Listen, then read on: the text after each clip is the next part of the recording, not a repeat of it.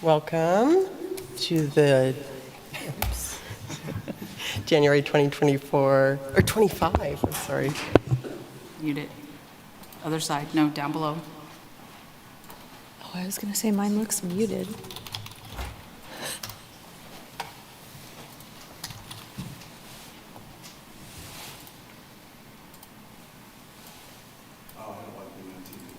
Okay, all right, here we go. Thank you. Great. Welcome, I'll call this meeting to order. Welcome to the January 2025 Connected Cities Advisory Board meeting. The first thing on the agenda is to approve the minutes from our November 4th, 2024 meeting. Did anybody have questions about it or? Corrections. Yeah, corrections? Yeah. Okay. Is there a motion to accept? Well, so parliamentary procedure for minutes is typically chair asks 3 times if there are any amendments, and then it's just deemed approved by unanimous consent. It's Okay. a privilege kind of motion. Got it. Yeah. Any amendments? Not from me. Any amendments? Okay, any amendments? Well, do we Very have to formal, but it's do it that way? Okay. We didn't do it before like this. Okay. Okay, then they're accepted. Great, thank you. And so, on to our agenda items. Item 1, the bikes plan update. Yeah, and tonight we have with us Stephen Mason, and he will be addressing you on this item. Hi there. Yes, we are starting the process for the update to the Lawrence Bicycle Plan, and have set the steering committee was approved by the MPO Policy Board on at their November 21st meeting, and so we're working to fill all of those spaces. One of the spaces on that committee was a representative from the Connected City Advisory Board. So we're looking for somebody to serve on this committee. We're expecting to start meetings later this month or early in February, and they will continue through 2025 with a projected end date in December.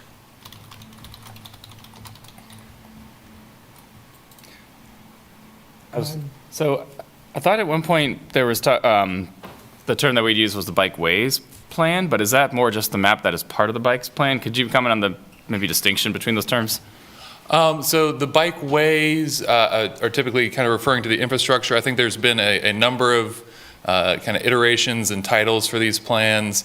Back in 2019, we originally undertook having both the Lawrence Bikes Plan and the county-wide bikeway plan together, as had been done in previous versions of the plan, previous iterations, and decided to separate out at that point. And we're taking on a similar approach this year, starting with the Lawrence Bikes Plan.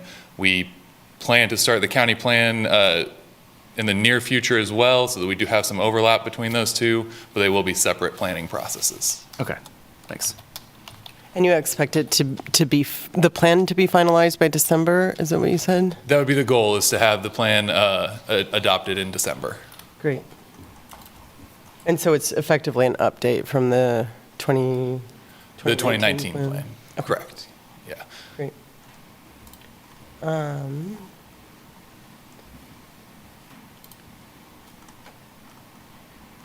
Does anybody have any other questions about it? I don't think so. I mean, I read through the scope of plan. It sounds good to me. I mean, it was nice to see all the achievements that have happened since last time we talked about this, which are significant. I mean, both just in logistics and in cost as well. So, sounds like a pretty comprehensive plan, and I'll be excited to see where it goes. Yeah, I'm excited to see that you'll take on bike parking too. I know that that's been an ongoing conversation with the MMTC previously, and so I think folding it into what we are doing is appropriate too. Yeah, absolutely. Great. It looks like there are 2 interesting things that we've kind of briefly talked about in past meetings. The first one being micro-mobility, which is here referred to as Bikes Plus, either spelled out or symbolized. So that's kind of cool that that's how that's going to be addressed in the bikes plan. I almost wonder if it's going to take on a different name once it's not just bikes anymore. But That's a trademark name, too. So the scope will be, this is the draft scope, this is what we expect to address, excuse me. But the steering committee will set the official scope early in the process. Micromobility and specifically Bikes Plus plans are something that we are starting to see across the nation. We've referenced some of those in some of the research that we've done, but also just seeing that these are often shared spaces between bicycles and other modes. It's something that we want to kind of get ahead of and have some discussions, and hopefully we can get ahead of some of those issues as we move forward. Yeah. I also think the level of comfort expectations is going to be some interesting discussion. I know one of our frequent commenters has stressed the need to try to aim for like protected or buffered bikeways as the default rather than, as he calls them, the white stripe bike lanes. So it seems like this may be that place to do it. Like it starts in the bikeway plan and then from there it feeds into maybe the MSO design standards or something. So. Absolutely, and I think those are some things that we discussed in the 2019 plan, and that's taking this opportunity to look at what has changed over those 5 years or 5+ years at this point, community expectations and how to meet them. Sweet. Okay. I think there'll be a lot of synergy there with the Vision Zero work that you guys have been doing as well, and the need for protected infrastructure for cyclists and pedestrians. Absolutely. Okay, so any other comments, questions? We are to a point. Yeah, go I have ahead. one question, and I'm new to this committee, and so a little bit don't have the context maybe that everybody else does. But I see a focus group in here and community input. Can you just tell me a little bit about?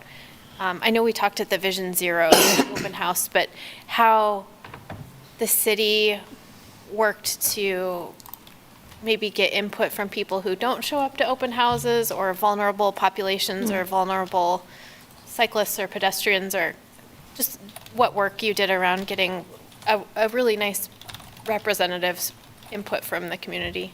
Sure. So part of the plan design will be setting out a community engagement plan. So that will be designed early with the influence of the steering committee. So at that time, we will have discussions around how to best reach various groups and any groups that we may have missed in our initial assessment. I think one of the questions that came up similar to that in the policy board discussion was this steering committee is primarily external stakeholders. We will have city staff that we will work with as well. We chose not to have a combined steering committee for this because we'll reach out to city representatives more as a case by case on issues as they affect various departments. And I think we'll take a similar approach with the focus groups, trying to reach out through community partners, organizations that we know have outreach in those populations that we can struggle to reach sometimes. Great, thank you.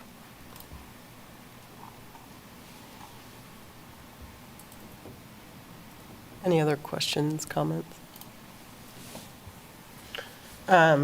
So one of the things that the sort of advisory boards do is appoint board members to subcommittees, and then they do that sort of tailored work and bring it back to the wider board.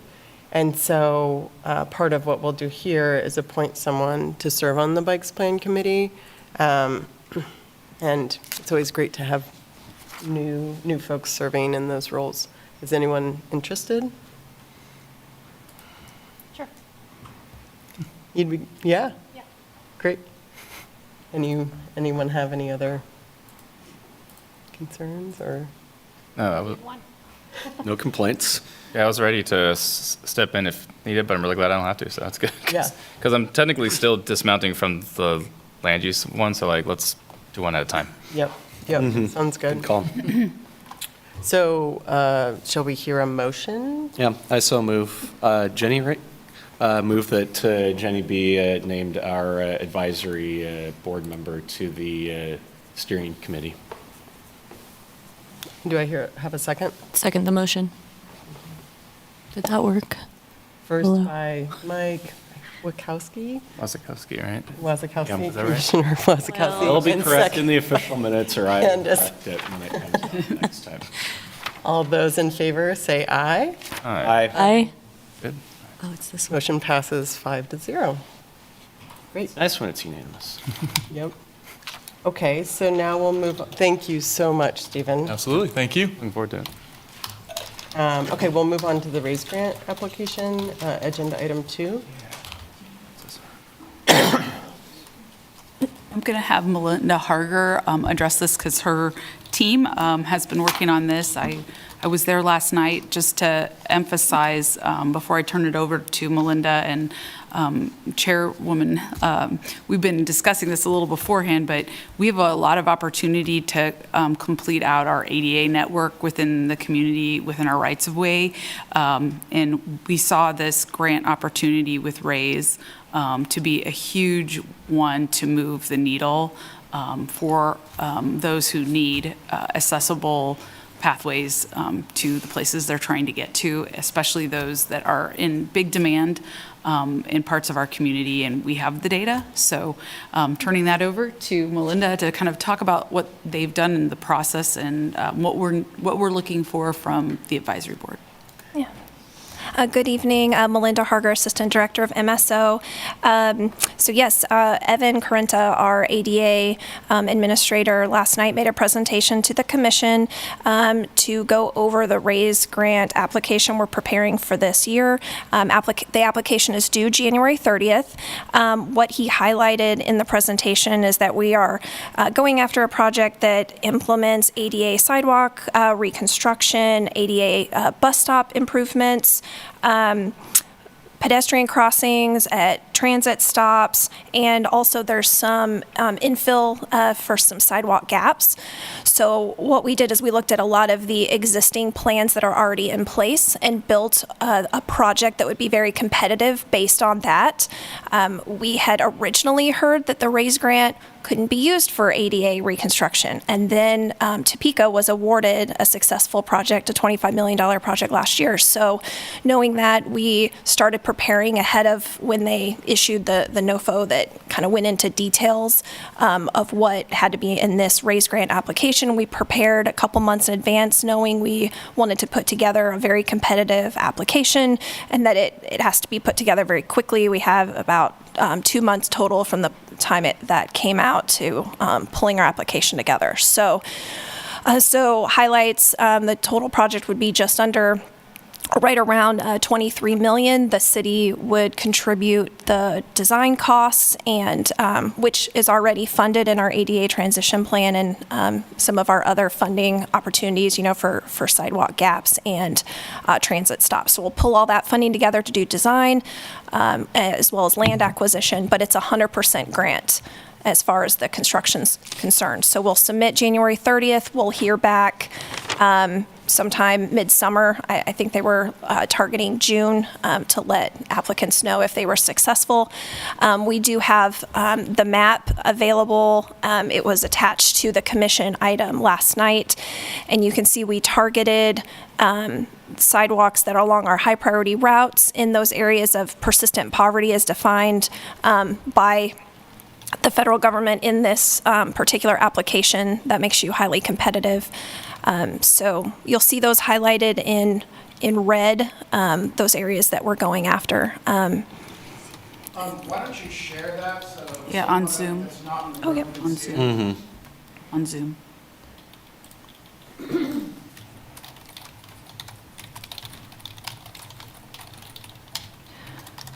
So looking at that project area, other things that we highlighted is, I was going to get Evan's list here. Got it. So some of the grant merit criteria: safety, environmental sustainability, quality of life, mobility, connectivity, economic competitiveness. And so we highlighted safety, some of the safety aspects and quality of life, mobility aspects in that presentation last night. Some of the corridors, the locations we're looking at, portions of 9th Street, downtown to campus, downtown to Lawrence Loop connections, 19th and 21st Street, Naismith Drive, Louisiana, as well as Bob Billings Parkway at the Central Station crossing there. That's a really important one. I see Yes. people hopping that. It was very easy to pick up images and pictures of folks crossing where they shouldn't, and it is a little bit out of the way to go down to the intersection, so we're going to build a curious safe crossing where people are choosing to cross here. About the Kentucky Street portion, how was that selected? Was it this similar to what you just said, like images? So I'm zooming in here. So Kentucky from 9th down to 16th. Are you asking how that was selected as part of it?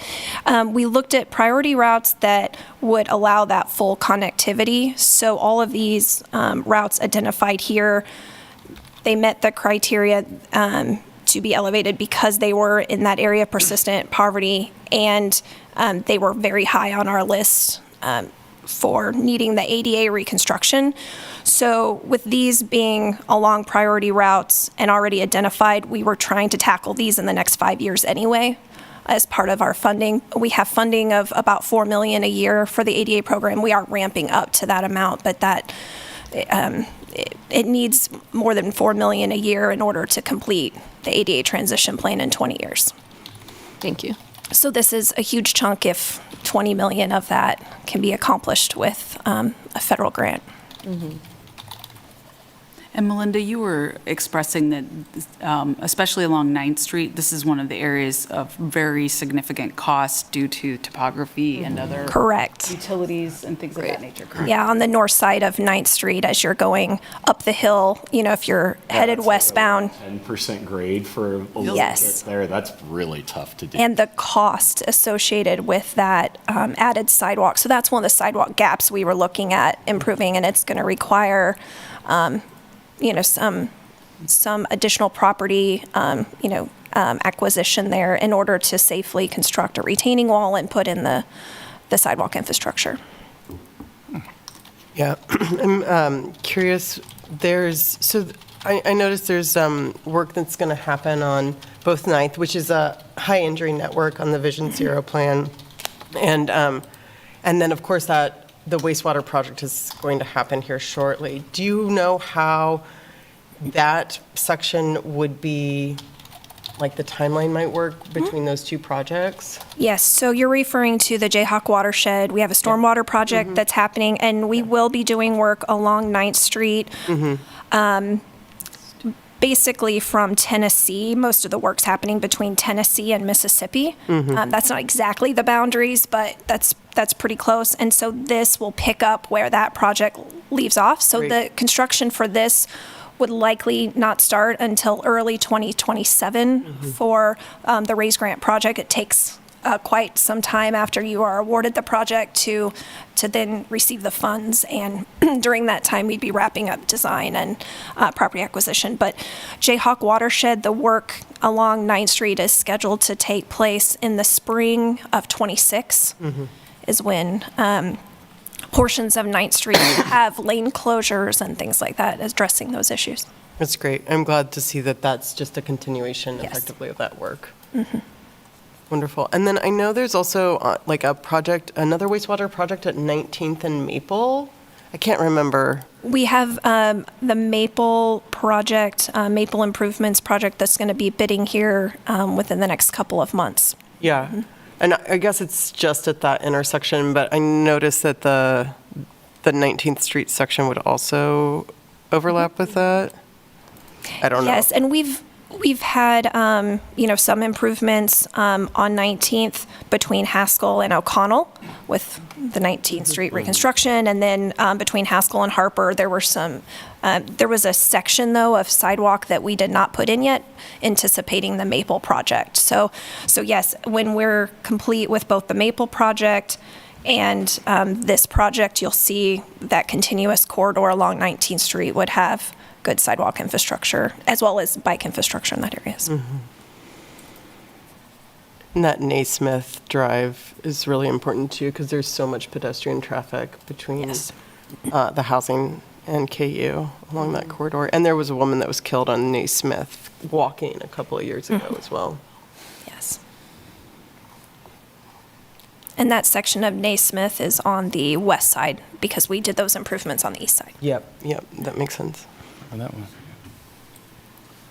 And on 21st, is it adding sidewalks that don't exist on one side of the There's street? some infill in there too listed, or shown Yeah. on the map. Yeah.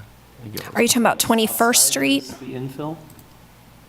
Or is it just the way that the? On 21st, the south side is infill, and then the north side is reconstruction.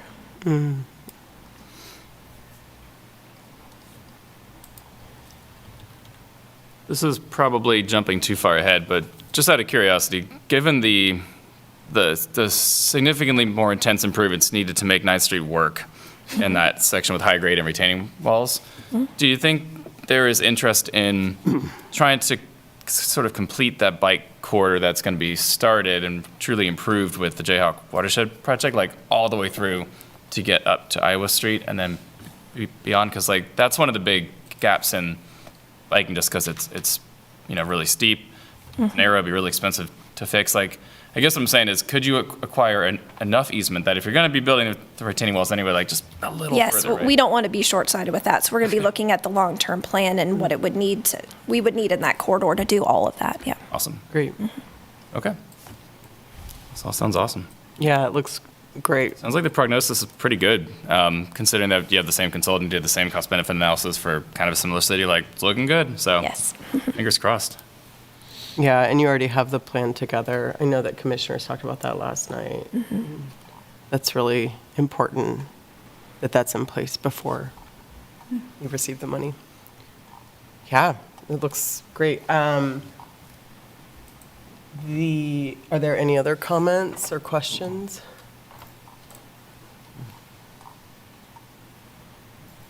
I don't think so. Okay, the action would be to authorize the chair to sign a letter of support for the submission of the grant. Do I have a motion? Is that's done by motion? It would be a I would motion. assume so. Yeah, because it'd be an official thing. We need Right. to make sure that the committee supports it. It just says board member, though, so who in particular is writing this thing?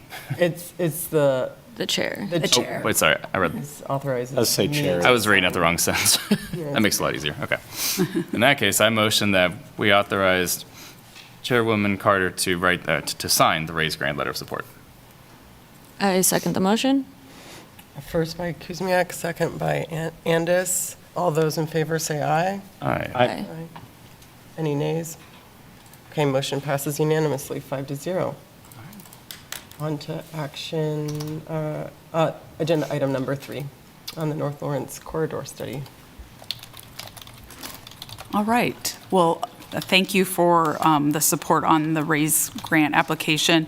We're hoping going forward that the city is going to be better prepared through all of the work that it's done over the last number of years to start to be able to do grant applications like this, because we have done the advanced planning work and we have the data and we have the mapping, and I can just go on and on. So we're trying to position ourselves to be more proactive in this space, where in the past we would have been more reactive. Clearly, our MPO has been situated in a good space for a number of years in that, and we're trying to take some of those best practices and apply them to other areas of our operations. So, North Lawrence Comprehensive Corridor Study. Have any of you heard about this? No. Not until I looked it over in preparation for this meeting. All right. Okay. So, well, you would not be the only ones. So last summer, we were before the governing body on another RAISE grant, which I explained to the governing body last night, and that was for the Lawrence Loop project, and it was the section that's part of pretty much in front of City Hall, across the river, Bircham Park, yeah. So clearly something that we would like to see done for the community and create that connectivity. One of the challenges we see, though, is with sort of land use in the area, also sort of the economic generation, some of the underutilized properties in North Lawrence. The city owns several properties, in fact, up along the river. There's been other conversations over the years that folks have talked about, how do we engage with the river? What would that look like if we did it differently? And we're at a point now where even our levee infrastructure, so this is part of being connected cities, you guys are going to hear about different things. And one of the things that we've also learned recently is that we will be looking at possibly having to raise our levees in a few spots just to meet some newer standards and guidelines from the Army Corps of Engineers. So when you put all those things together and you look at our entrance off I-70 and you put your city planning hat on or your city manager hat on or your resident hat of, gosh, nobody would know that this beautiful Mass Street is down here, or gosh, we have a regional airport. This corridor study is to look at all of those things. And the last time this area was looked at, according to our illustrious planning director, Jeff Crick, is back in the 1980s. In fact, the last plan for the North Lawrence area that was completed was brought into fruition in December of 1981. So it has been a long time since this community has looked at that portion of town, and we are seeing increased interest in the area north of I-70, whether it's from the solar farm that's been recently approved or from interest in and around the airport. But then also, as you move further down, of course, we have some, what I would consider highly underutilized strip malls, things of that nature. Currently, we're officing up that direction. Just recently, some of our administrative staff for the municipal services moved up there. But there seems to be some opportunity, and we definitely have heard the interest by North Lawrenceans to see investment, whether it's in the rail crossings, whether it's in connectivity with downtown. This study would pull together all the parts and pieces to basically put us in a spot where we can go after grants like these or other federal grants that are out there to be able to work on infrastructure issues that we've already identified through planning and use consultants to help with the community bridge all of the plans we have, all the information and data we have to create that new destination that we will drive towards with them. So that's sort of what this is in a nutshell. It's a planning document that your public works director is talking to you about, but we did this in coordination not only with our MPO, but we did it in coordination with our planning PDS department. Trevor's staff, wastewater are interested. Our stormwater staff is interested, and clearly from a transportation perspective, whether that's air, bike, pedestrian, or auto, we're very interested in what we can do to improve life in this corridor. So that's what this is. It is probably an 18-plus month process. The way this is set up, we went back and forth quite a bit. There's 4 of us in this room actually that worked on developing the scope for this RFP.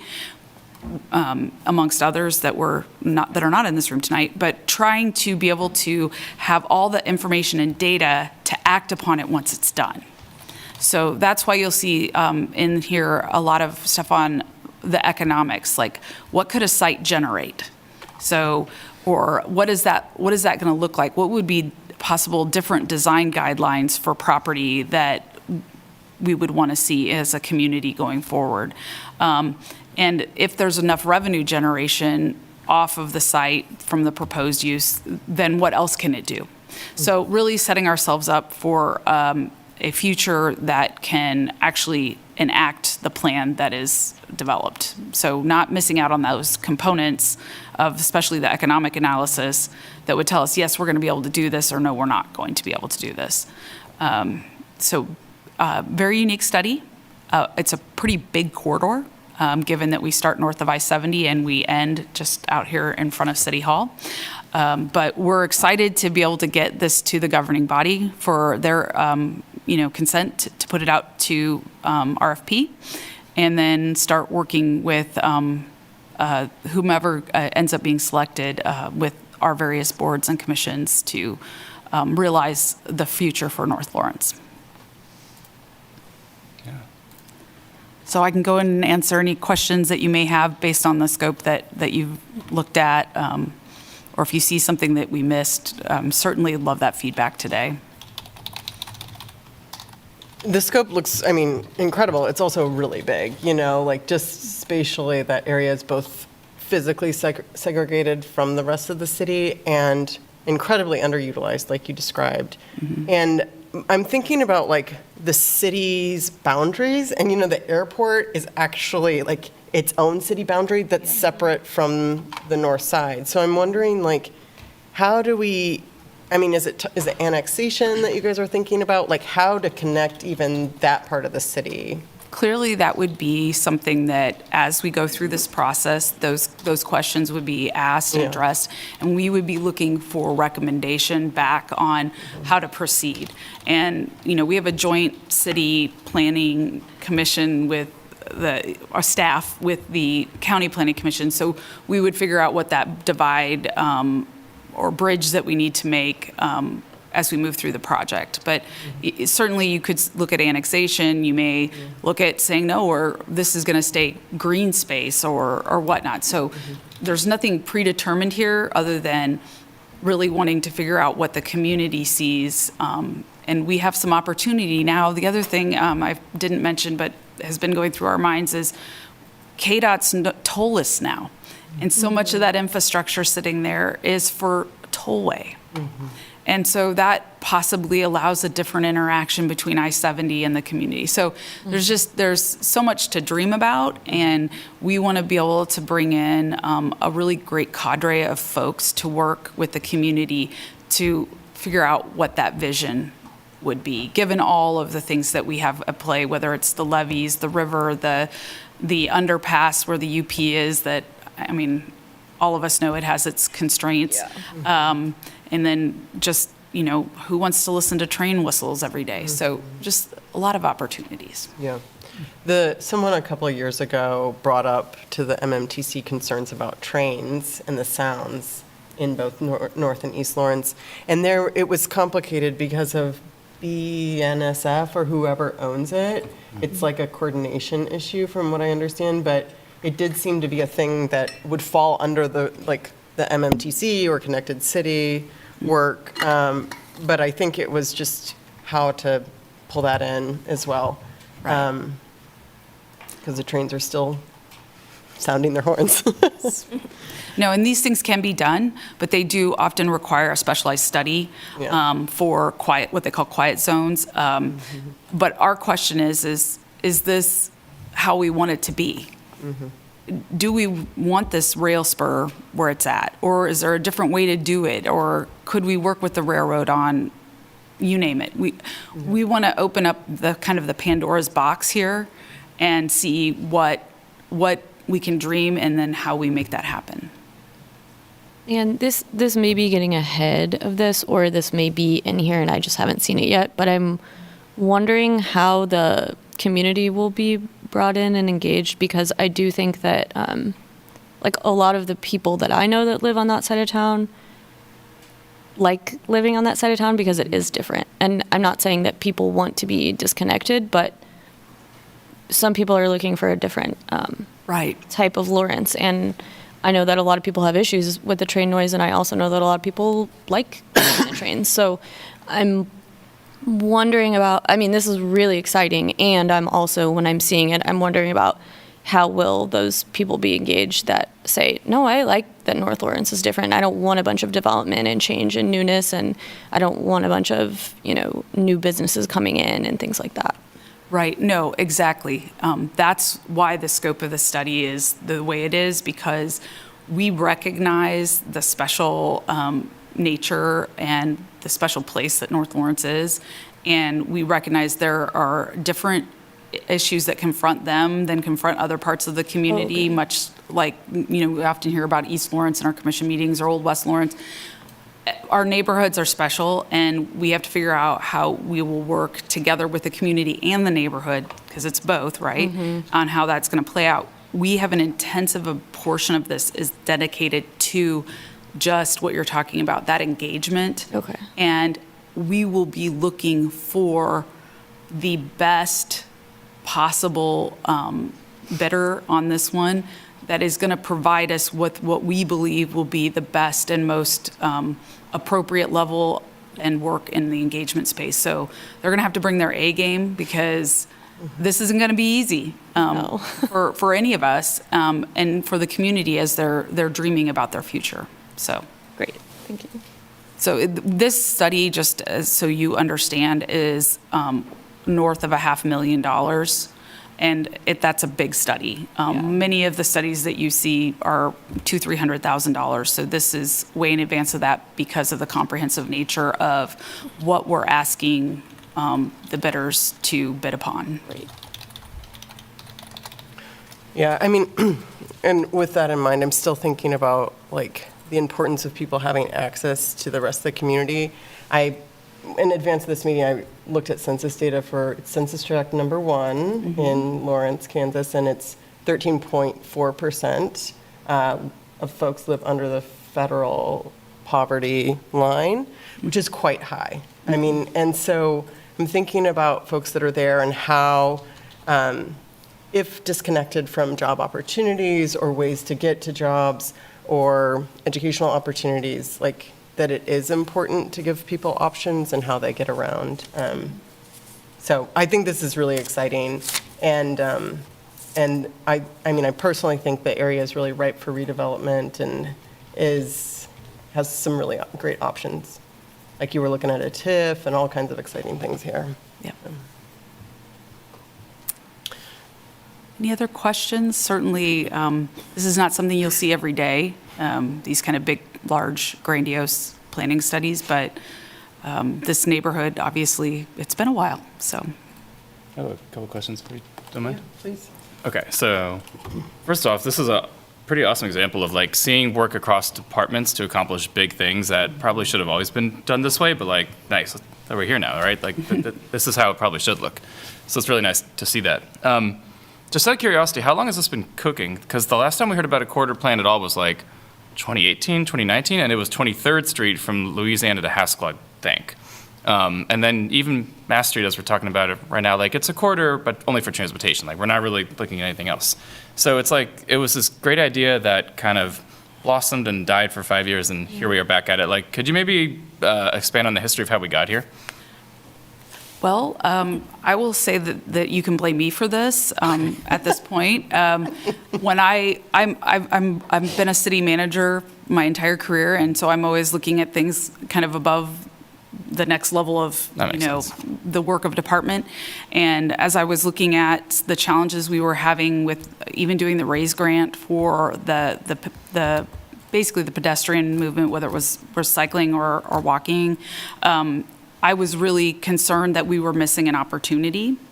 I didn't know what it was, but it felt like we were missing an opportunity, and it might have been a square peg, round hole situation. And as that was getting a little more challenged, that was when I brought this forward to my team and said, hey, could we look at this more comprehensively? And if so, what would that look like? Then conversations with the planning director. Even the fire department has an interest in this one because they have one crossing to get up there, Yeah. okay? And I'm working with the airport. You'll see me sitting on the airport advisory board as one of the staff now. So I'm starting to look at these things and I'm going, oh, well, he doesn't have, good sewer up that direction, and we got stormwater issues, we got levee issues.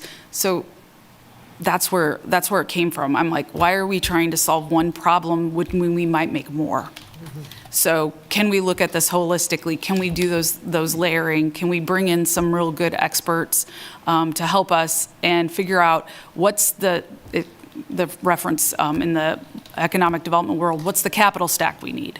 What is the progression of infrastructure projects that we've identified a whole bunch of them, but how would we progress with those to get to our ultimate vision?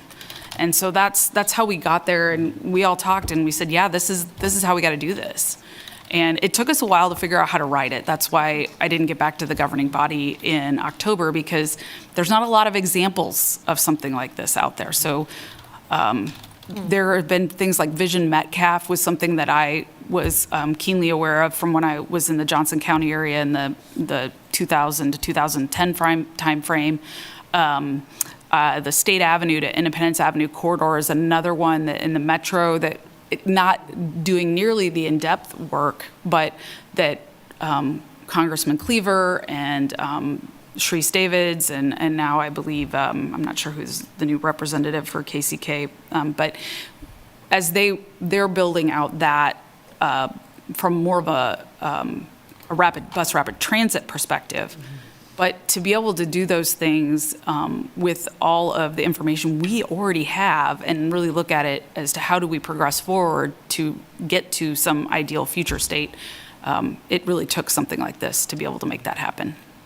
If I recall, this was added to the CIP just in 2024. Is that correct? Yes, so the idea about this time last year was growing and becoming more formalized and was entered as a new CIP project through that process last spring and then presented to the commission, as Melissa said. I think it was in June when we first showed the commission the idea for this, and then it was approved for funding when they approved the CIP in September. So then quickly working to put all the details together since then. Yeah, so it would have been that the CIP project description would have been kind of the first write-up, and it scored very high because of all the items this project's touching. Would this have come under a planning and development budget or an MSO budget? Because, I mean, you guys are talking to us, but obviously planning and development is very involved, so. No, we'll all be involved, but it's being funded as basically a multimodal study, not coming out of federal dollars, coming out of city dollars. Melinda might jump in, but I think our approach is they'll be kind of much like Stephen Mason was just addressing with the bikes plan. There'll be a steering committee internally of staff who are working to support the external work. What that will look like, that's what we're asking folks from the private sector to come propose to us. Interesting. You know, I'm starting to see why I'm totally in the dark about this, because I think we had like 3 or 4 meetings over the summer that had to be scuttled, and that's probably when we would have heard about this. And CIP season passed us by, and yeah, that makes a lot more sense now. Okay. So you said it's federal dollars then? Is there a grant supporting this? Or? No, it's not. It's city dollars. Okay, that makes more Yes. sense. Okay. Yeah, so we'll work hand in glove with our other departments on this. Parks, for sure. I mean, Yeah, I was you look wondering at the levee trails and the connection there with recreation on the Kansas River. We have a tentative list of stakeholders that we've already put together. Just even the sheer number, if you look at the proposal of all the plans that we have done that would touch this work, it's pretty intense. This is maybe a little bit of more historical question, kind of like the last one, and this is a question really for anybody. I've only been here for about 7 or 8 years now, and I'm trying to figure out how we got to where we are with North 2nd Street. Like, it's in between probably the most prominent I-70 exit and the most prominent part of Lawrence, and it's just like, calling it a wasteland is kind of mean, but like, it's kind of weird, right? Like, what's going on there? You would think it would look more like Iowa Street, right? But it doesn't. It's just like abandoned shopping malls, very low density residential, industrial stuff. Like, why does it look like this? I would get that above I-70, but I don't understand why it looks the way it does. Is it maybe a history of flooding that spooked people? Is it the traffic passes by too fast to be able to capture economically? Like, I'd be interested in any thoughts that y'all have on how we got here. That I probably can't get too far into. I will say that the historic flooding probably stunted the area over the previous 100 years. The levees obviously have made that a different setup, but we don't have a true stormwater infrastructure up there, from what I understand, right? Most of it's just open ditch. I mean, we have stormwater pump stations and things like that. Yeah. Yeah, so we can evacuate the bowl, so to speak, from what the levee creates a bowl. We have the ability to pump back out into the river, but when it kind of goes to that next level that a lot of the rest of the community has, we do not have that in the area. And that's been part of our stormwater master planning. Again, something new that you guys will get to learn more about as we go through this.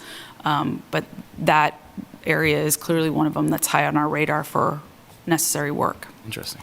Okay. As a quick point of clarification, CIP is capital improvement plan? Yes. Yes. Is MSO municipal service and operations? Yes. Correct. Thank We have you. lots of acronyms. We'll Yeah, try to and I know none define of them them, first. so- Yes. Working on it. And most places would be called public works. So That I can we try to understand. make it even Yeah. more difficult for you. No, Sorry. I get that. I get public works. There was a merger of Public Works and Utilities back in 2018. Okay. And the thought was give it a new department name so it wasn't taking over one of the previous two names, Public Works and Utilities. makes So, but that's what it includes. Okay, thank you. I was just thinking about the Kansas River and the levee. And it's funny because I was looking back in my old agendas, and about a year ago, Jake Baldwin brought the RAISE grant application for the Lawrence Loop.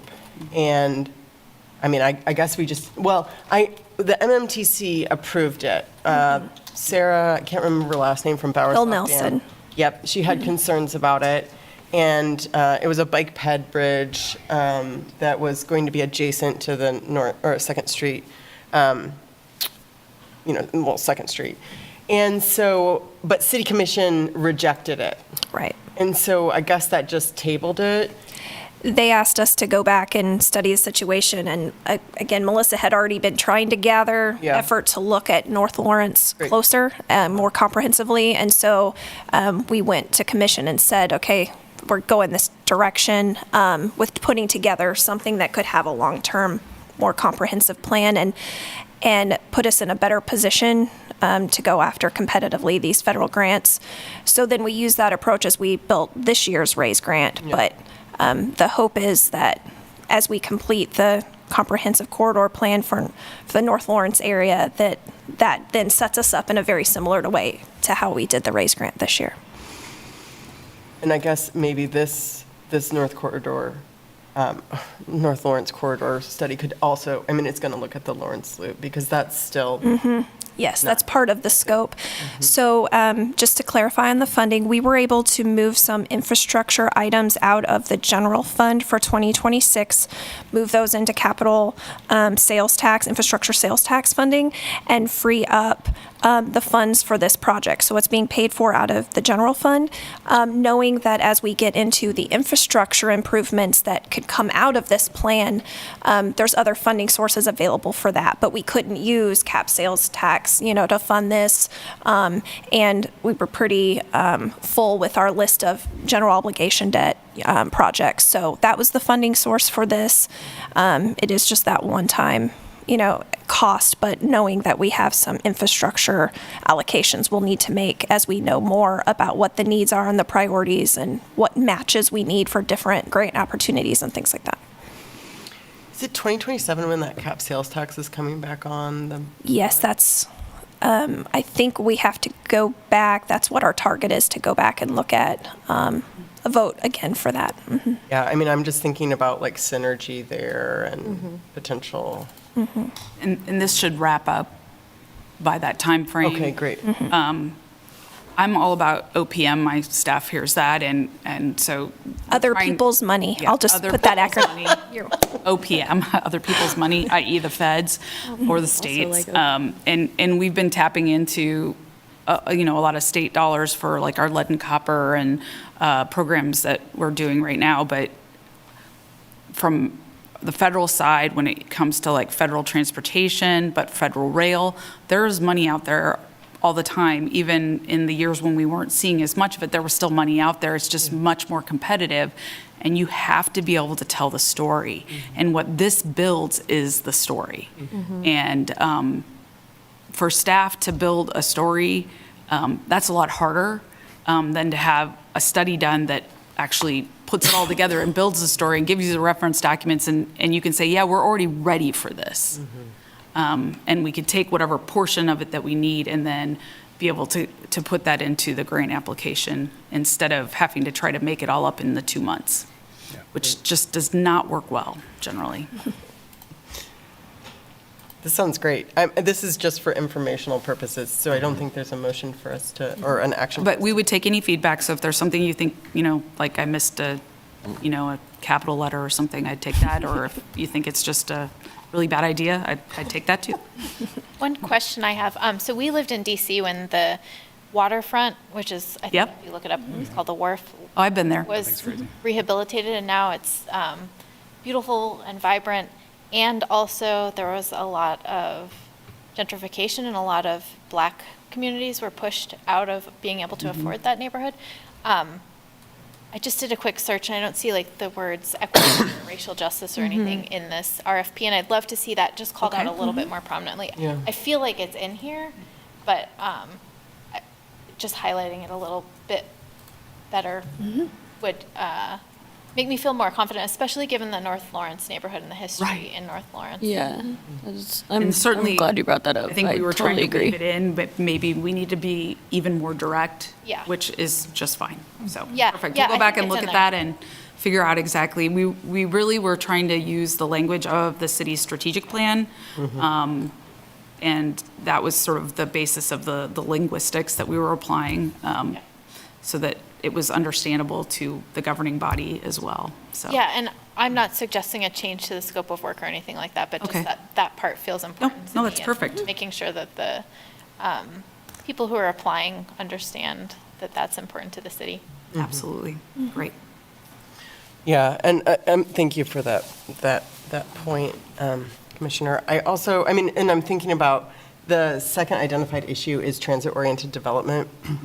And doing equitable transit-oriented development is another layer, because it's in a capital stack, it's adding in, requirements, density bonus, whatever, with the developer to add in affordable units or income-restricted units. And so I think having that be a objective or goal so that displacement doesn't occur with the development is a good. We have a lot of neighbors just to the east of here that have done things just like that, or have not done it right.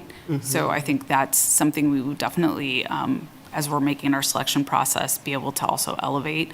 But I want to go back and look at the words and just make sure that if I can put something in there that would really call it out, I will do that between now and when it goes to the governing body. Thank you.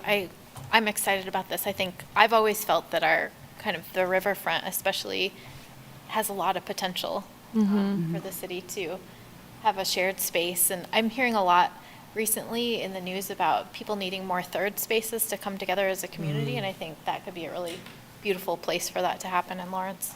Great. I was kind of curious about the market analysis and economic feasibility section. There's a couple of bullet points in there that I'm not sure I fully understand their focus. So I think it makes sense that you would want to work with major community partners like universities, endowments, large employers. And it says with whom to engage and partner. So I guess it's almost like identifying a short list of potential developers for the region or for the corridor to be able to kind of say to the community, like, here's the kind of developments we would expect. We've talked to the folks who would do stuff like that. So that makes sense. And then there's a second part saying, determine a potential project's return on investment, gap financing, financial assistance, whatever.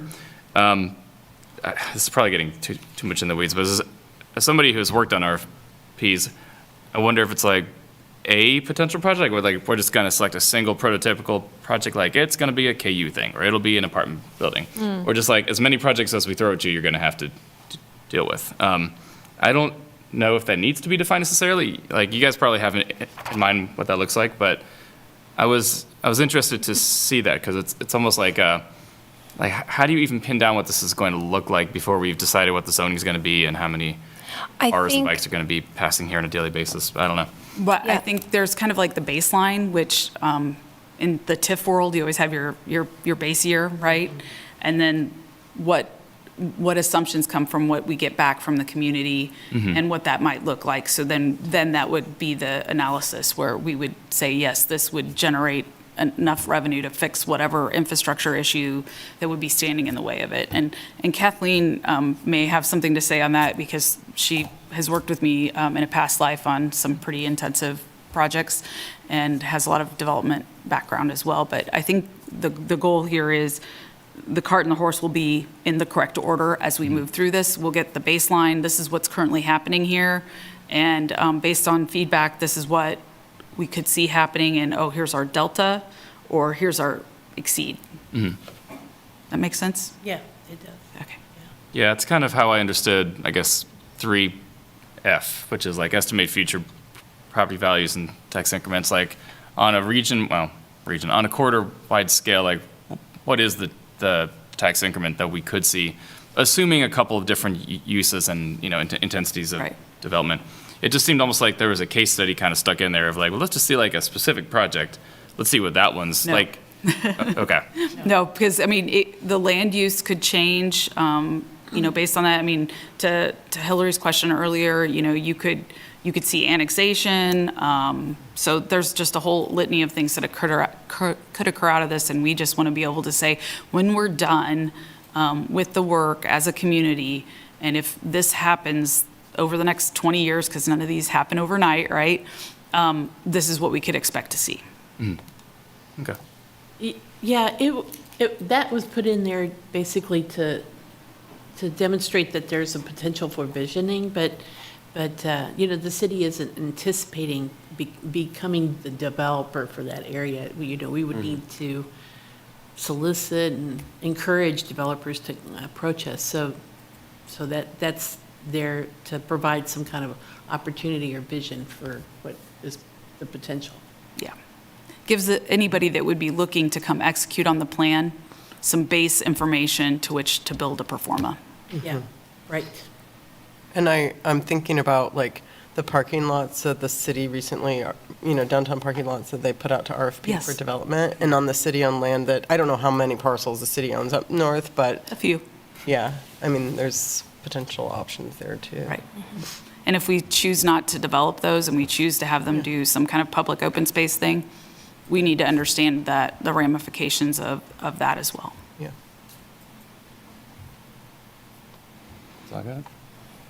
Sounds great.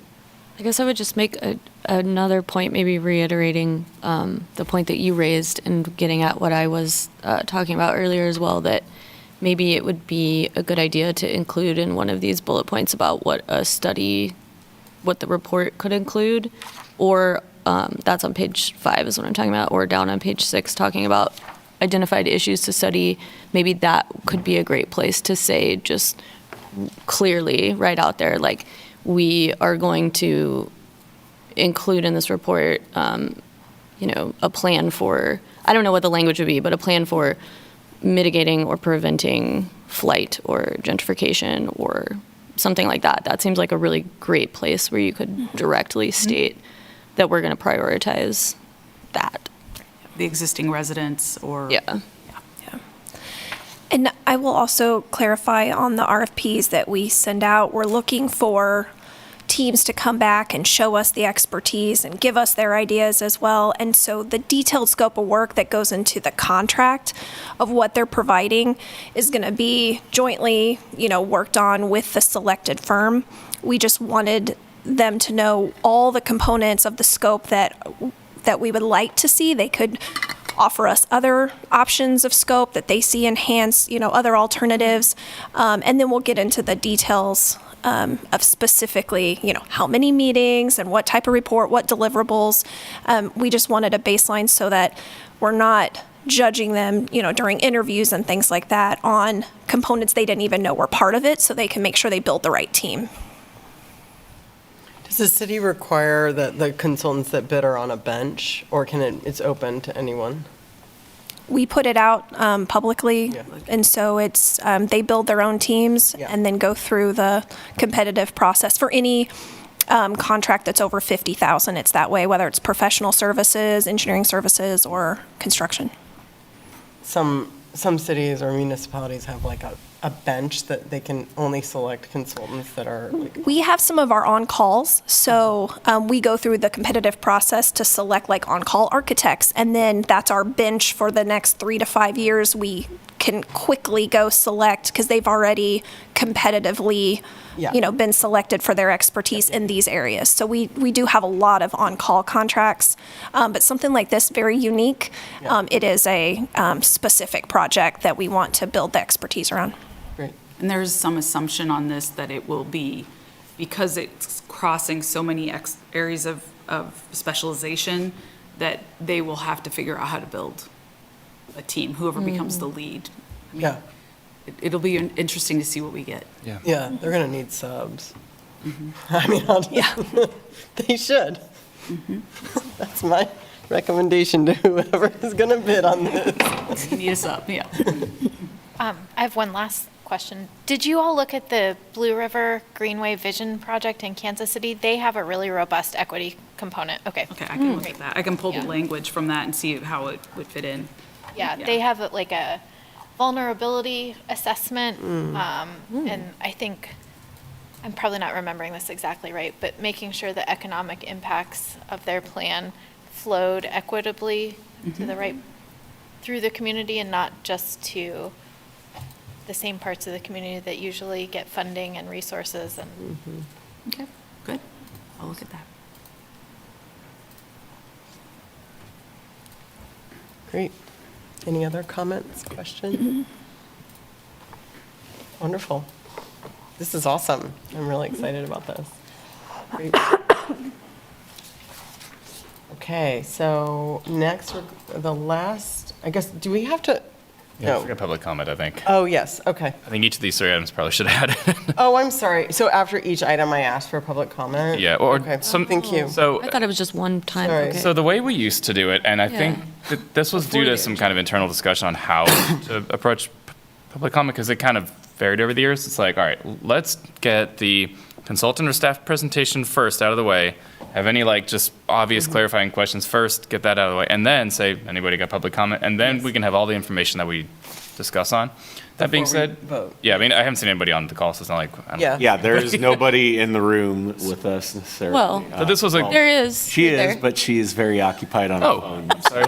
Right there. And then I would assume that there's nobody on the Zoom call, or we would have seen somebody try to get admitted over the last hour and a half, and the only person I saw was Melinda, so, yeah. It was a good. We were fair safe run. today. Yep, yep. everyone. My apologies. And I knew that, I just forgot I it. should have let you know. I've been doing this for years and I still forgot, so sorry. To clarify, because actually, it's listed in the agenda as right after approving the minutes. So But that's you're a- saying, so is it happen at Well, the end? Does yeah, it you happen can- after well, every it's- section? Where does it happen? General public comment is for things that aren't necessarily on the agenda that anyone in public thinks are relevant to what we Ye- do. right. And then there's also public comment that should be provided on every formal agenda item that we have here. Actually, it And- doesn't have to be. Yeah, So what- it that's what really I'm is, asking. it's up to you if you want to take it as step B after approval of the minutes, or if you want to take it at the end. Okay. Or if you want to take it with each one. So Yeah, we can do whatever we want. Yeah. It's just a matter of, right now, I've provided it in the format that the city clerks provided it to me. Okay. Which Makes is sense. as public comment. Yeah. Do you have a I sense of skipped that, I'm what's sorry. most helpful to the public? To the public, I think if they're able to comment, if there's an item and they have a question, that's probably most helpful. So I think when it gets difficult is when you have maybe a more contentious item and there's 50 people who want to speak. So I think right now, you don't have anybody here tonight, but you had one person here at the last one. So we have to play it by ear. I would have loved to have 50 people show up to one of my committee meetings in the past. Never happened. But I heard you express concerns with you want to establish consistency, so is. Yeah, how- that would just be, whatever we do, that would be the standard agenda way that we structure it so that we are aware that, either we're going to do it this way, we're going to have public comment initially on everything, or we're going to always ask for public comment on agenda items as we go through and not get it out of the way ahead of time. Whatever we want to do. I mean, I think it's most helpful to have them in relationship, to offer public comment after an agenda item. And then, I mean, we can have a general public comment too, because I've seen people come to, the MMTC with general public comment. But it isn't necessarily, it's not actionable. They're, coming to express their public or their personal opinion, which is great, and we can totally welcome it and consider it. And even, when Stephen was presenting tonight on the bike plan, we've heard a lot about bike parking, and that was general comment that the MMTC received, and so I think folding that into the bike plan is a great idea. So, I mean, I'm saying that because I think maybe both, but I also, I don't know. Well, for right now, if we want to just assume that it's part of every item, Yeah, that and sounds make good. sure it's in your script. Yeah, okay, will do. Sorry. Oh, it's fine. No need to apologize. Now, what members of the public did you offend today? Only Hopefully no one. Okay, so any members of the public want to give public comment right now? I don't think she's listening. I have to ask. I'm trying to follow the rules. Just hoping her battery is going. No, following the rules is great, but we can clarify that we're not skipping anyone. Okay. Okay, so hearing none, we'll move on to staff updates. Yes, and so this we're going to be putting on agendas as kind of a placeholder if we want to update you of anything, primarily those things that are already out there. If there's, a project meeting or open house or something like that that's happening and there's this public process, and we just want you to have the awareness that that's happening in the community. So, for example, we had the Bob Billings Extended project that's going west of K10. There was that open house in December. So if we know of things that are coming up in the next month, we'll use this time to share that. With the past week we have had, there have not been any recent updates, of scheduling some meetings. Those are going to be happening over the next couple of weeks, looking ahead to February. So at the February meeting, we will likely have some public community engagement opportunities that we would highlight during this section. I will say, I didn't know if everyone was aware of our interactive map where we list all of our current design construction projects. So I just wanted to share that with the group. So if you go on the website, lawrenceks.org/construction, you'll see it is heavily focused on the activity happening in construction, but if you go to Interactive City Construction Map, and it says City Construction Projects Interactive Map, that will actually, if you click on that, you will see all of our design and construction projects from those, they're categorized from design projects to if they're in the bidding phase, if they're in construction. So it kind of gives you an idea of what's coming. So as soon as a project is started, so we're getting ready to put all the 26 projects in here. As we get them started over the next couple of months, they'll be added to the list, but all of our ongoing are on there. So just wanted to share that resource because we'll get questions a lot. What's happening on this street? I see some flags in my yard. If it's a city project, it's going to be listed on this map. If it's a CIP project, and then many of our maintenance projects are listed on this as well. If it's a quick, if there was a water main break or something like that, you're not going to see that listed here, any of those emergency projects, but if it is an ongoing project, you'll see it. Sweet. So again, that's lawrenceks.org construction, and there's several headings. There's some quick links, but there's construction map. There's also a list of all our active project websites, web pages are on there, and then there's links to others. If someone wants to look at our street maintenance program or right-of-way permit page or any of that, it's all on there. One thing I was wondering on staff updates, if before the CIP goes to City Commission in June, if we can get information about that beforehand, just so that, we can weigh in on it or just know what's planned to go in for the next one. We can see depending on the timing, sometimes a lot of that is coming together in the week before. Yeah. So we can see what is available as kind of a preview. It might be that it's a very draft copy of whatever that is. Yeah. But we can definitely give you an update of when it's going to commission, when it will publish ahead of the commission meeting, where you can find those resources as we go through that process. Yeah, that would be great. And we certainly can, as one of our agenda items, maybe even for next month, go over these maps with you, put them in the links so that you can bookmark them, do whatever you need to with them, but then also go through what our CIP process looks like for all of you, because it does hit on everything connected city. Yeah, that would be great. Yeah, and we did have our CIP internal, staff kickoff meeting today where we're planning to get the group together and open up the process to, to the public as well as internal departments to propose new projects. And so that there will be something coming, the last week of January is when there will be some notice out to the public that we have opened up the CIP process for new projects. The way the CIP works, being a 5-year CIP, most new projects would enter on year 4 or 5 only if it is an urgent, immediate, like if it's a grant opportunity or it's almost emergency level, like it needs to happen in the next year is the only time it would show up on a CIP first thing in those first 3 years.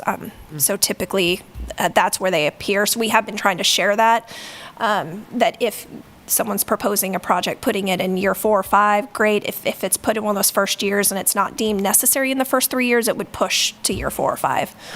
And then it goes through a scoring process over a series of months against criteria in the strategic plan. And so we have a whole guidelines that are available online, but on how we score, there's some CIP prioritization guidelines on how we score things and all the various criteria from environmental sustainability, equity, inclusion, efficient, effective processes. Basically, all of our commitments have scoring.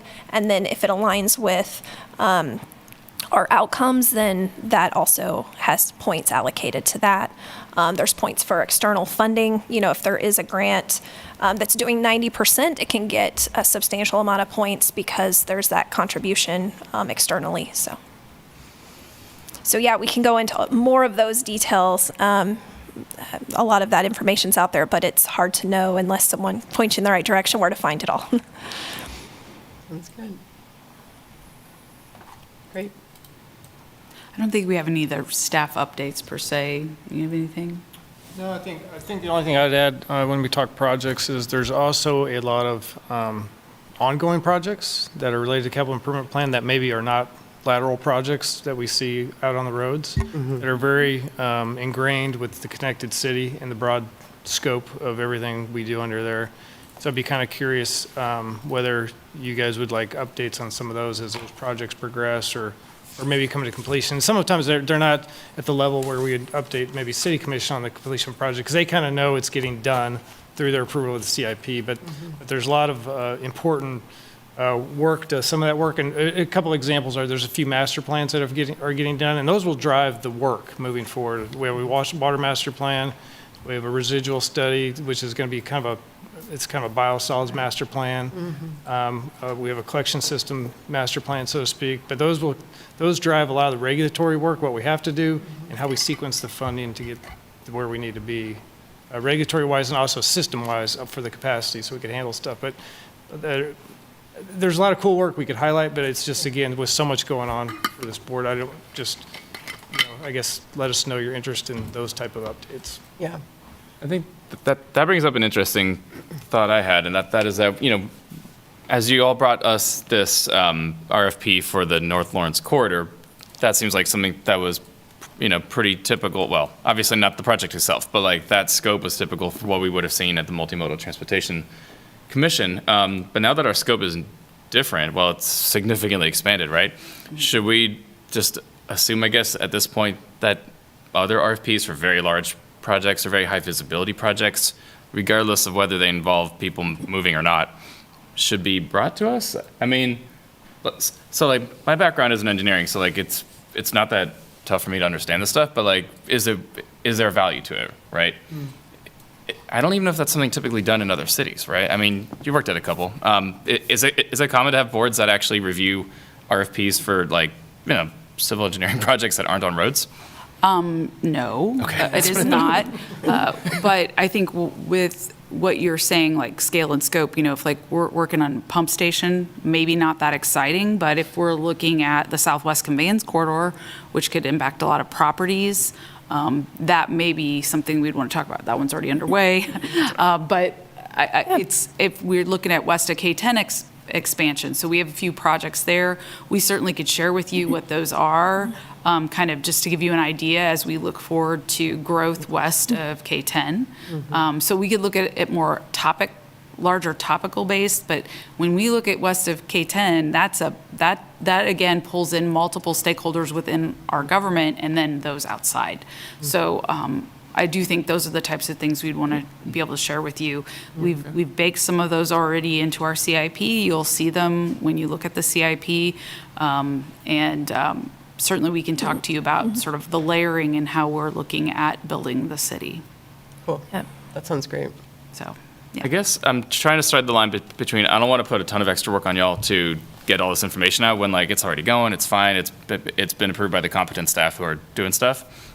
but also as this commission board, being a window from the public into stuff that maybe if they're just looking at city commission stuff, you wouldn't always see all the details of stuff. Like a lot of people might just scroll right past the consent agenda, like, it's $800,000, Black and Veatch, here's $5 million to Bartlett West, it's like, who cares, right? But sometimes these projects are huge and they do cost a lot of money, and I feel like sometimes the public, myself included, focuses on the minutia that is highly visible and kind of glosses right over like a $50 million project that matters a ton, but you would never know because it's after you flush a toilet, right? So I guess I'm just curious if there's a way to maybe like a really brief bulletin of anything that's like, hey, this job is over $5 million in construction costs, and it's going to go to, bid soon. That's it. And we don't even have to talk about it. It can almost be like a consent bulletin or something. I don't know. We do have a very exhaustive list of projects that are out there.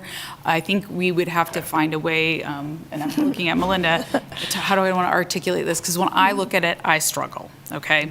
So we have to find a way to put it in some sort of legible, understandable format. She can cite off numbers like nobody's business, and I just immediately check out. So just understand that we span the range of interest even within staff on how we look at stuff. So I would be looking to figure out something that gives you some insight that's maybe a little bit more not so much detail, but more information than maybe the governing body would be looking at in general, but nothing that's going to cause us to have to create a very special detailed report, because that's what we can't handle with how we're staffed. Right. And that's not what I would expect at all. I mean, I think... But I'd love to give you some insight into what we do, and I think as it gets warmer, we have some opportunity. Trevor has some really awesome tours he can do with like wastewater plants. We have, some big geeks that love talking about stormwater. We got an airport. I know you're not the airport advisory board, but you're Connected City, and I think there's some interplay. We've actually talked about having a joint board meeting between you all and our aviation advisory board, because we have a master plan that's going to be going through. And I think there's some synergy that could be created there.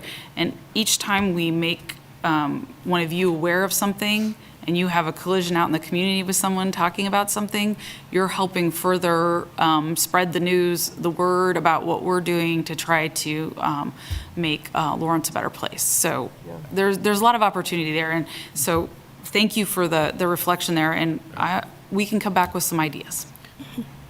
Do you mind if I follow up with one more question? No, by all means. So this is sort of building on history of boards and commissions and stuff. There used to be an annual retreat for at least some boards. I don't know if all of them. I know PTEC had one. Transportation Commission had one before we became MNTC, and then COVID happened. Things got all sideways. We had a lot of vacancies. It's like, hey, you know what? Let's just wait until we do the board reshuffling and everything.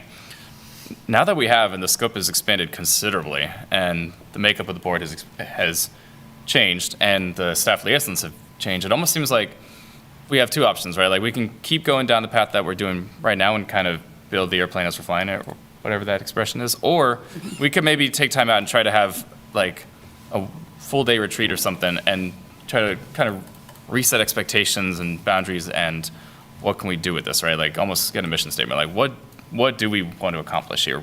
What do you guys want to accomplish? I have no idea if that's in the budget or the schedule, but I just figured I'd float that idea as like, this may be the ultimate time to have that kind of reset. And just figure out how to go forward effectively and with like a clear plan instead of just from meeting to meeting. Because you guys probably have a clear plan, but we may not necessarily. So I love that idea. About the first 4 months. Okay, that's pretty good. Hey? So- You're ahead of us. But there's obviously more work we need to do. So, we had a few things for November and obviously for this meeting here in January, and we have stuff that we know is going to be queuing up for February. But I think we can look beyond that and ask those questions and coordinate with Hillary and have a conversation and see what options might be able to be brought forward for our February meeting. So for you to consider and then say, yeah, this is what we'd like to do, and then we can put that effort forward. So we wouldn't go build something. We wouldn't build you a plane and then come back and say, do you like it? We would bring you what parts might be able to go into the plane and then you choose what to do with it. an alternatives analysis, right? Yes. Feasibility study. Yes. Okay, cool. I'm good. I mean, Thank you you. know, in the MMTC, we used to have study sessions, and my favorites were field trips where we went out into the field.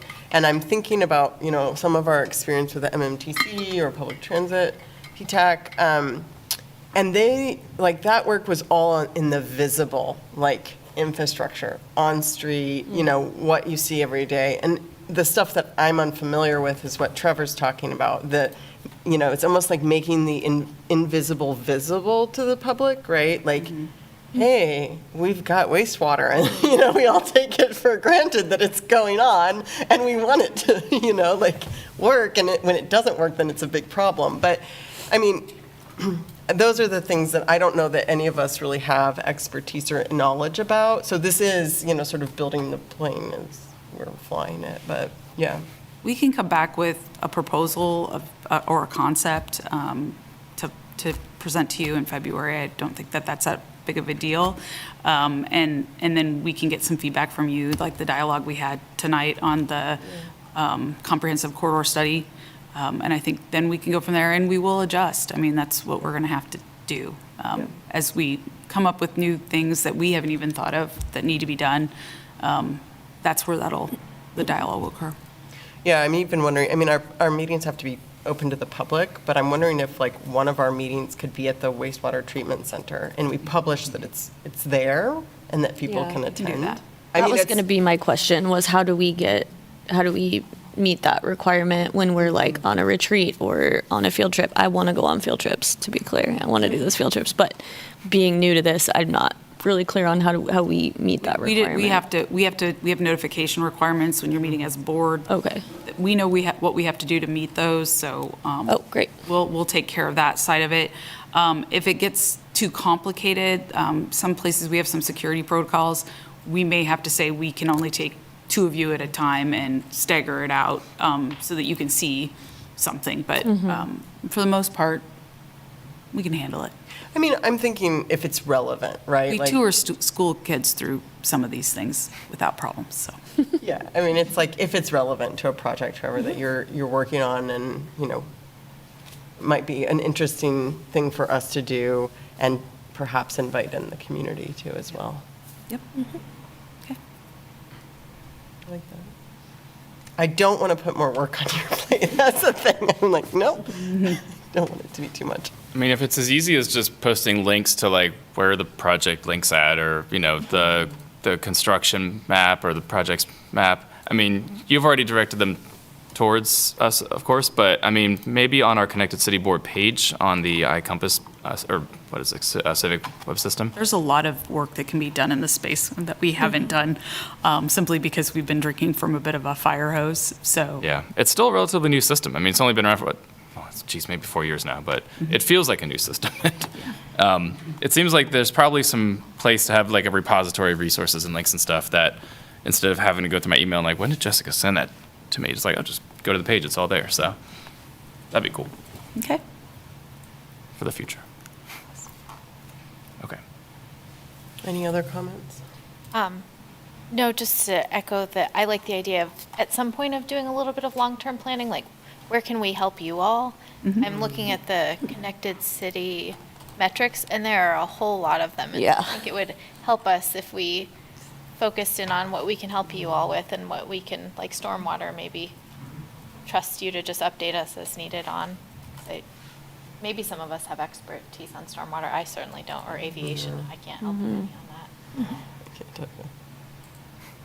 Well, I will tell you that we have created an update or revision to the key performance indicators. We went through a two-day retreat the end of February last year, and then have been working on uploading stuff into a new KPI management system that the city acquired in the summer. We were one of the last to go live. I probably need to create some sort of formal document to have the other outcome champions or commitment champions sign off on it, and then I can say, yes, please put them live. But we have made some changes to be more, what we feel more transparent to the public about what we're accomplishing, and to be able to actually truly show folks that, hey, you know, we're doing best practice or We have a lot of opportunity in this area, whatever the case may be. But we wanted to break some of them apart, and we can certainly show you on some of those. Wanted to get into those at the first meeting, but it is, as if you look at them, it's a lot, and they trip over each other in some spaces, and yeah. Especially when you talk, was it the efficiency ones? Yeah, yeah. I think another example where they kind of cross over is you'll see there's one commitment team that has an advisory board, and that's environmental sustainability. And so there, a lot of the KPIs cross over into the outcome teams.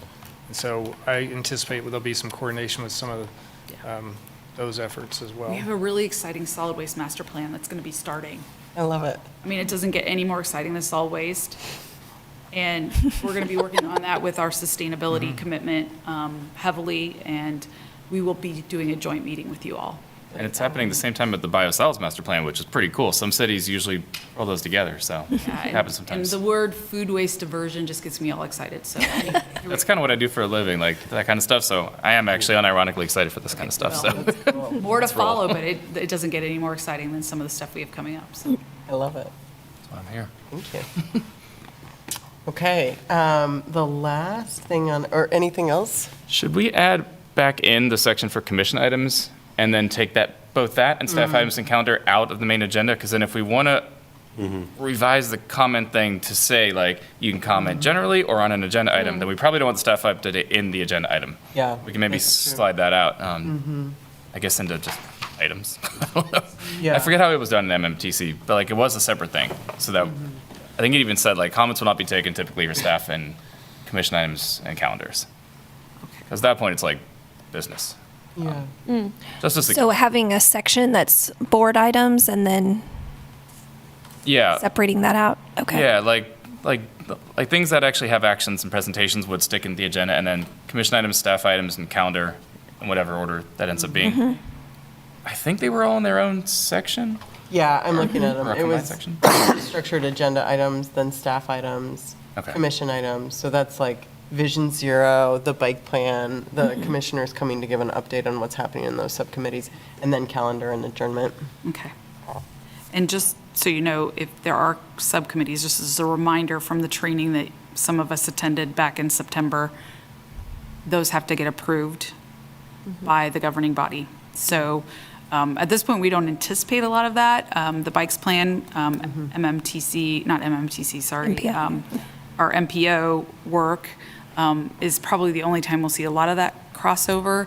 I don't know exactly how the solid waste master plan is going to roll itself out. We've just completed a contract. Do we have we don't have a steering committee on that one, do we? It's just a lot of community engagement, so we'll want to be sharing with you all about the times and places and how that work's going to be done, and making sure that we let folks in the community know how to engage, so.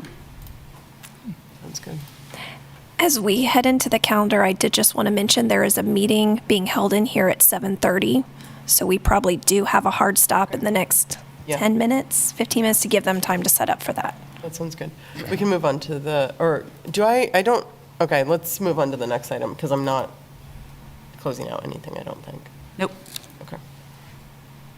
Okay, it's a calendar item? Yeah, so I have a proposal for you all to consider is, this room is heavily booked.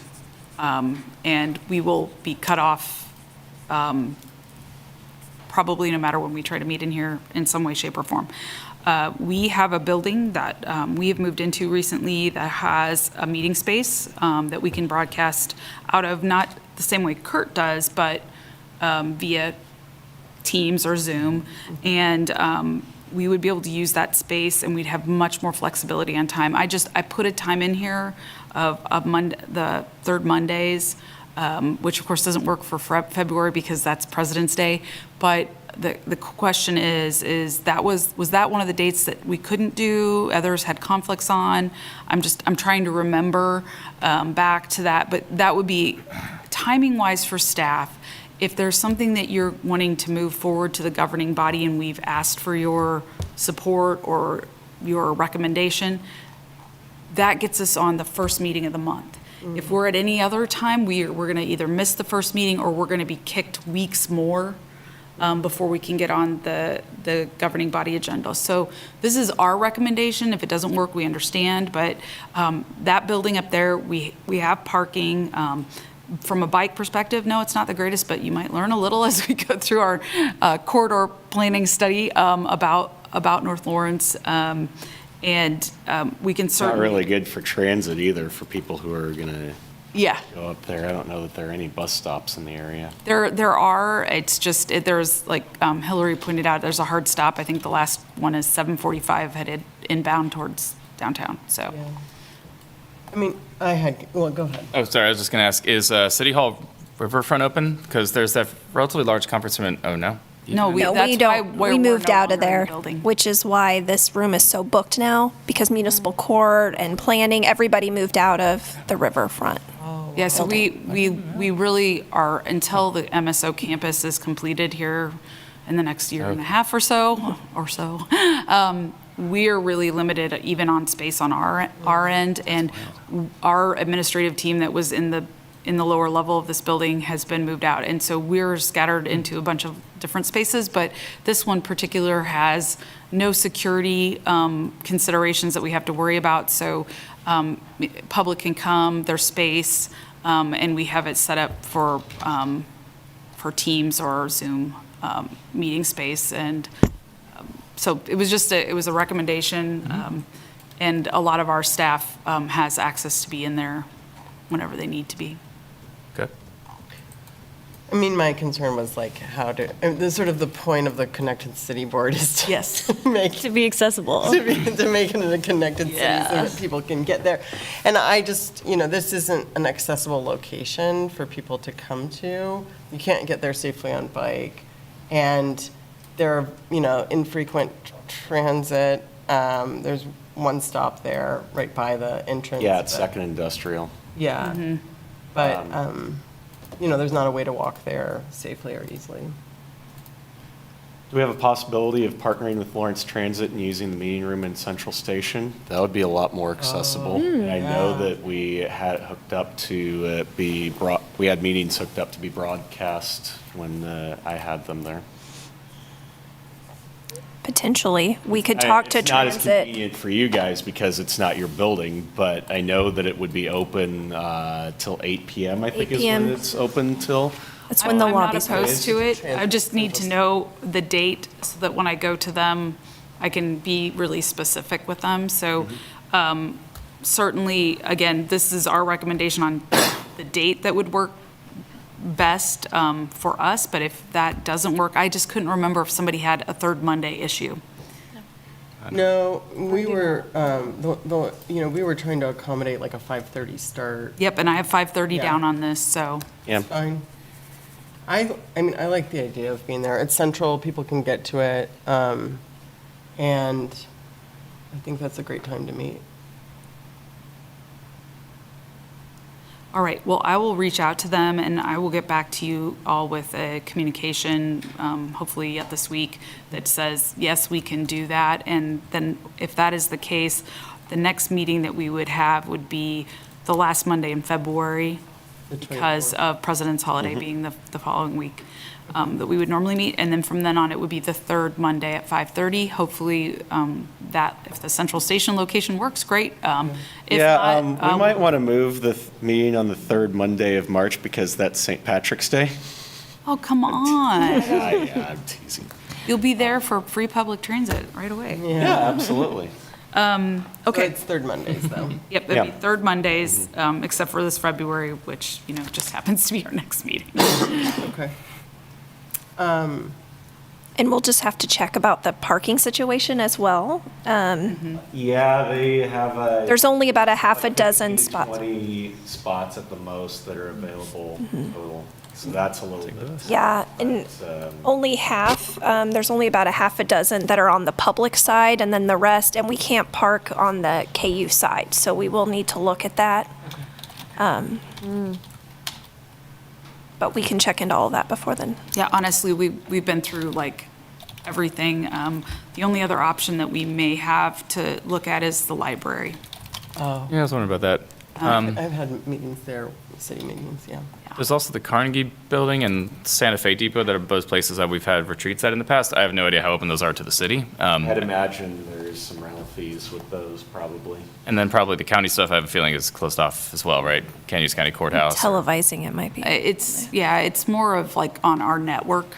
I see. Where when we get off our network, it's a little more complicated.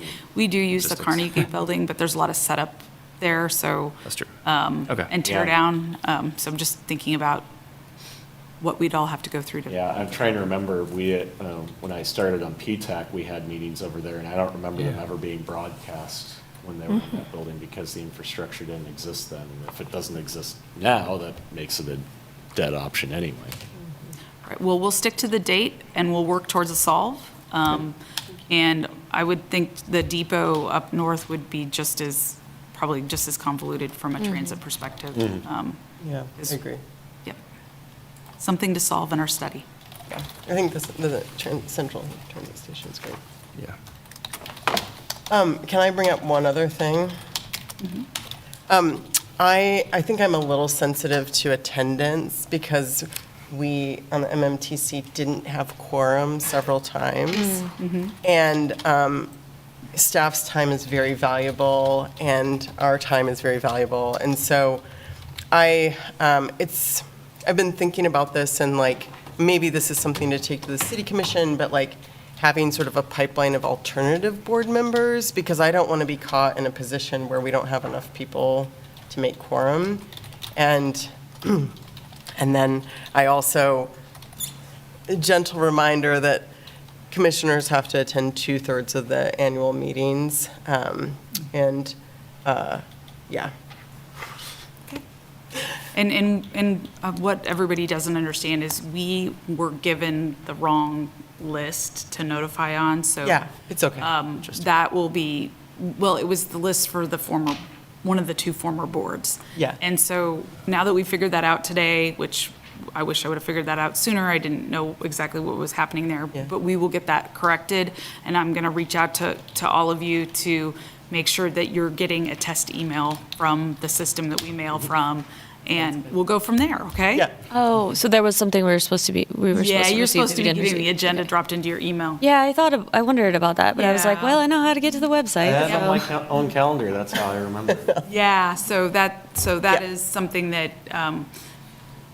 there was an assumption, which makes me an idiot, that those things have know. been set up for I us. think the word assumption says that it's an ask, not a you and me, so. Yeah, exactly, Not an idiot, but. yeah. Well, and I'm flexible, I'm not like trying to, like. It's more about, when that happens, you give it so that everybody in the public who isn't necessarily Yes. on the board has the ability to know that Exactly. this is happening. And if you're not saying out to the right people, there's no chance of the public finding out about it either. Right. And that's absolutely. So it went to 400 people, just not some of the people on the board. Gotcha. 400. Hillary, are you also asking that if one of us can't join, that we give adequate notice about that for a particular meeting? I think standard asking for quorum is fine. Yeah. We send out you send out the agenda week beforehand, and part of that should be for committee members to say, yes, I can attend, or no, I can't. And I can also send out, once we land on the location for February, I can actually put out a calendar invitation to the email that you have on file with us for the rest of the year, which is not that big of a deal. Just trying to figure out exactly where the best spot to do this going forward has been a little bit of a struggle. So. Yeah, I totally understand. And like I said, I'm just had people show up for public comment and not being able to make quorum, and people be really upset. And so I'm just like, I want to make sure, the work that we do is important, and everybody's time is important, and I just want to make sure that we can make that. I sincerely appreciate everybody's voice and that you're all here. So I'll move to adjourn the meeting. Yeah, second. Excellent. All those in favor say aye. Say bye. Hi. Thank you guys for being here tonight. Yeah, Hasta luego. thank you. Don't anybody slip on